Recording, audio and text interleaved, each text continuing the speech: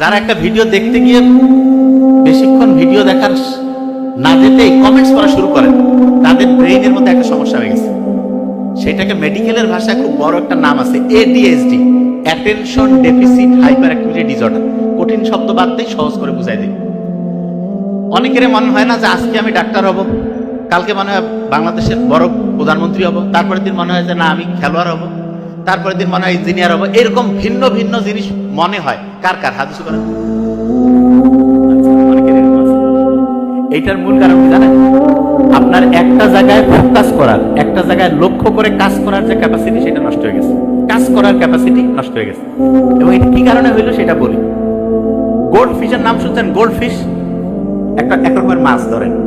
এইটা একটা জায়গায় ফোকাস করতে, একটা জিনিস মন দিয়ে শুনতে, মানে মনোযোগের সাথে করতে পারে 9 সেকেন্ড। আর আমরা যারা মানুষ আছি, মাইক্রোসফট কোম্পানি গবেষণা করছে মানুষের একটা জায়গায় মনোযোগ দেওয়ার, একটা জিনিসের প্রতি মানে হচ্ছে যে অ্যাটেনশন দেওয়ার টাইম এখন হচ্ছে 8 সেকেন্ড। কত সেকেন্ড? তাহলে কত? গোল্ড ফিশ আর মানুষ, এই দুইটার মধ্যে অ্যাটেনশন কার কম?